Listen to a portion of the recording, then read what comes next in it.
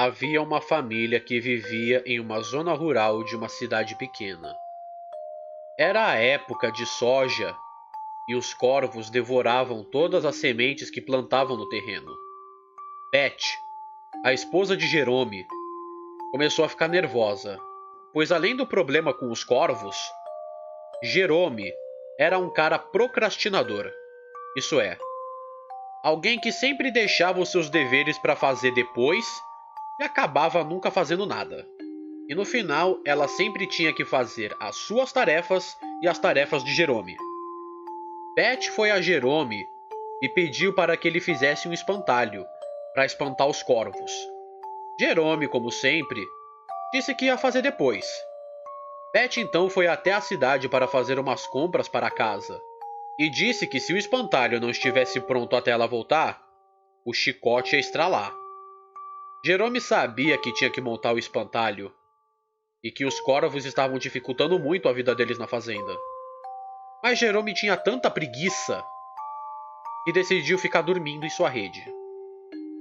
Um tempo depois, Beth chegou ao sítio carregando as sacolas. Jerome ajudou a colocá-las na mesa. Ele percebeu que havia algo estranho em sua mulher. Beth estava sorridente e não brava como de costume. Jerome então perguntou por que Beth não estava brava com ele. Beth respondeu: "Como é que eu tá brava com você? Ainda mais depois daquele espantalho que você fez." Quando Beth falou isso, Jerome se lembrou do espantalho que ele tinha que montar. Mas espera. Beth disse que o espantalho já estava pronto. "O espantalho?" perguntou Jerome. "Sim, uai. O espantalho que você colocou lá no terreiro. Não tem mais nenhum corvo lá. Foi você que montou aquele espantalho, não foi?" Jerome então confirmou, mesmo com dúvida. Os dois foram até o terreiro onde plantavam a soja para ver o tal espantalho. Ele de fato estava lá, posicionado de frente para a plantação. Ele tinha roupas velhas e bem empoeiradas, como se tivesse saído de um porão antigo. Possuía 2 botões grandes vermelhos na região de sua barriga e peitoral, lembrando um pouco um boneco de pano. Ele possuía dedos longos feitos com lâminas semelhantes às de uma tesoura. Mas o que mais chamava a atenção nesse tal espantalho era o seu rosto. Era uma cabeça branca, costurada, com 2 olhos grandes arregalados, completamente negros. E seu sorriso extremamente exagerado, costurado de bochecha a bochecha, costurado de orelha a orelha.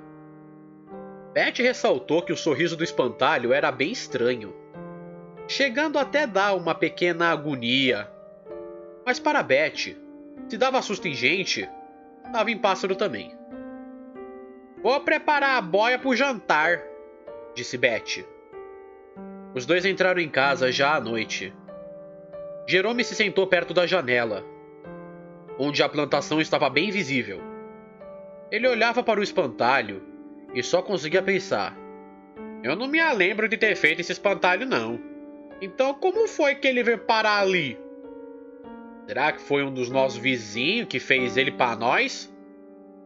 Enquanto estava pensando e olhava fixamente para o espantalho que estava de lado daquele ponto de vista, o espantalho repentinamente virou sua cabeça para a janela, olhando diretamente para Jerome.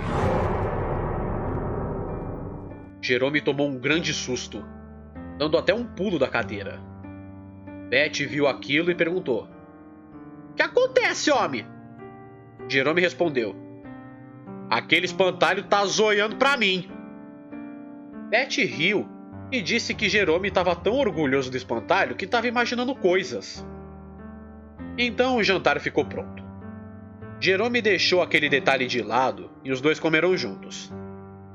Ao final, Beth e Jerome se deitaram para ir dormir. Beth acabou dormindo antes de Jerome, mesmo que normalmente aconteça o contrário. Mas Jerome não tirava aquele espantalho da cabeça de jeito nenhum. Mas como sua esposa estava dormindo feliz, resolveu esquecer aquilo e tentar resolver no dia seguinte, o que não acabou acontecendo tão bem. No dia seguinte, Beth e Jerome acordaram juntos. Jerome mal acordou, mas percebeu que havia algo errado. Normalmente, os dois acordam quando o sol nasce e o galo começa a cantar. Porém, dessa vez, eles acordaram quase meio-dia e o galo não estava cantando. "Tô atrasada para a ordenha das vacas", suspirou Beth, que levantou correndo para ir até o celeiro. Jerome ficou no quarto arrumando a cama, quando de repente ele ouviu a sua esposa gritar. Imediatamente, Jerome parou o que estava fazendo e foi correndo ver o que havia acontecido, pois aquele grito era um grito de horror. O grito foi tão alto que a vizinhança também se aproximou da fazenda para dar auxílio. Jerome chegou ao celeiro e encontrou sua mulher de frente para a porta aberta do celeiro. Ela não parava de gritar. Quando Jerome olhou para dentro do celeiro, ele gritou também. Todos, absolutamente todos os animais daquele celeiro estavam mortos. O pior, os corpos daqueles animais estavam completamente estraçalhados, destruídos, esfolados.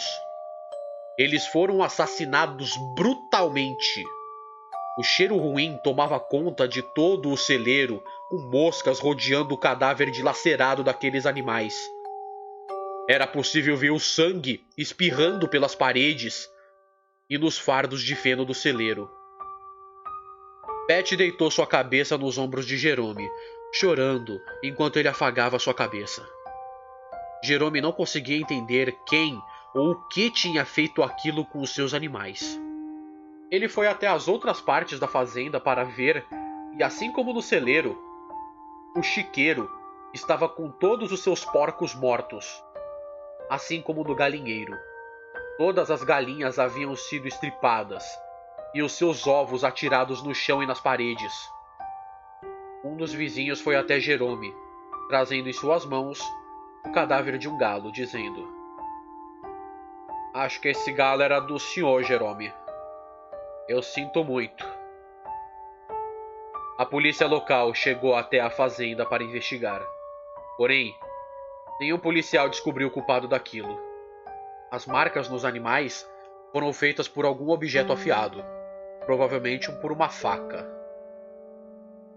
Eles foram golpeados diversas vezes, o que indicava que o feitor do crime havia realmente a intenção de matá-los. Jerome então observou o espantalho de sua plantação, que estava intacto, ainda com aquele sorriso. Deu a hipótese de ter sido ele o responsável. E obviamente, os policiais acharam a ideia completamente absurda. Jerome tentou explicar, contando que o espantalho apareceu misteriosamente na sua fazenda, mas até mesmo Beth não estava concordando com Jerome. "Deixa de ser trouxa, homem! Espantalho não anda! Como é que pode ter matado os animais?"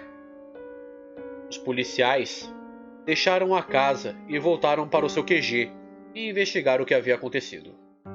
Jerome observava a sua mulher na mesa chorando, quando de repente começou a sentir um ódio profundo dentro de si. Dirigiu-se até o espantalho, encarando aquele sorriso. "Você tá achando graça disso, né não? Tá se divertindo? Seu maldito!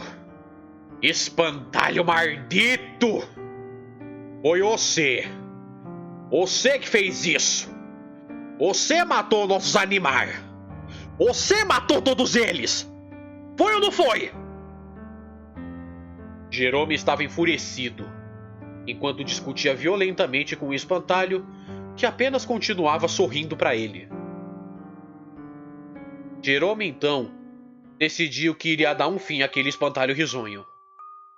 Foi até uma pequena casinha onde guardava suas ferramentas e pegou um isqueiro e a sua espingarda carregada. Quando se dirigia à plantação para queimar o espantalho, ele simplesmente não estava mais lá. Ele olhava aos arredores e procurava pelo espantalho. Apareça aí, bicho ruim!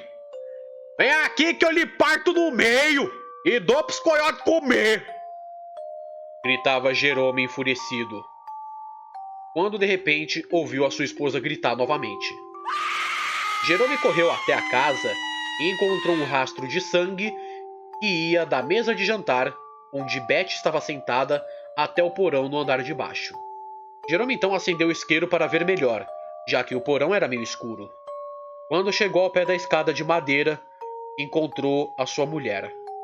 Ela estava sentada no chão, com uma corda grossa em volta do seu pescoço, e segurando-a, lá estava o espantalho, vivo, movendo-se em pé, como um ser humano, do tamanho de uma criança de 10 a 14 anos.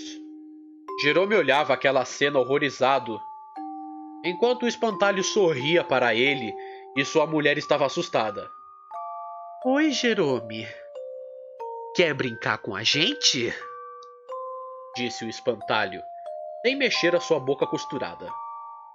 Jerome se surpreendeu com aquilo e pensou: Quê? Ele fala? O espantalho então disse: Sim, Jerome, eu falo. Você que nunca me ouviu falar, mas eu falo. Jerome ficou ainda mais espantado, mas logo retomou o controle das suas emoções. O que diabos é você? E o que você tá fazendo com a minha mulher? O espantalho então inclinou levemente a sua cabeça para a sua direita e, passando seus dedos laminados pelo rosto de Beth, que estava com os seus braços amarrados, disse: Olha só pra ela. Ela tá tão triste. Ah, vamos fazê-la sorrir, Jerome. Você não gosta quando a sua mulher tá sorrindo que nem eu? Vamos, Jerome. Vamos fazê-la sorrir.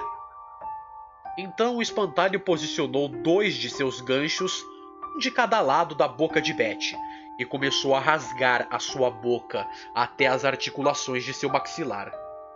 Jerome então ficou enfurecido e avançou para cima do espantalho. Ele espancava aquele boneco, batia sua cabeça contra o chão do porão, enquanto gritava de raiva. Você vai pagar por isso! Gritava Jerome. Quanto mais ele batia, mais ele podia sentir o sangue do espantalho escorrendo nos seus dedos, e mais prazer ainda de espancar aquele boneco ele sentia. Por algum momento, Jerome começou a se deleitar com o tamanho da surra que ele estava dando no espantalho. Porém, quanto mais ele batia, o espantalho apenas reagia rindo, deixando ele ainda mais nervoso e fazendo com que ele batesse ainda mais naquele boneco. Quando se cansou, o espantalho começou a rir ainda mais. O espantalho ria histericamente, enquanto o som de sua risada ecoava na cabeça de Jerome. Mas do que é que você tá rindo? Perguntou Jerome. O espantalho simplesmente disse: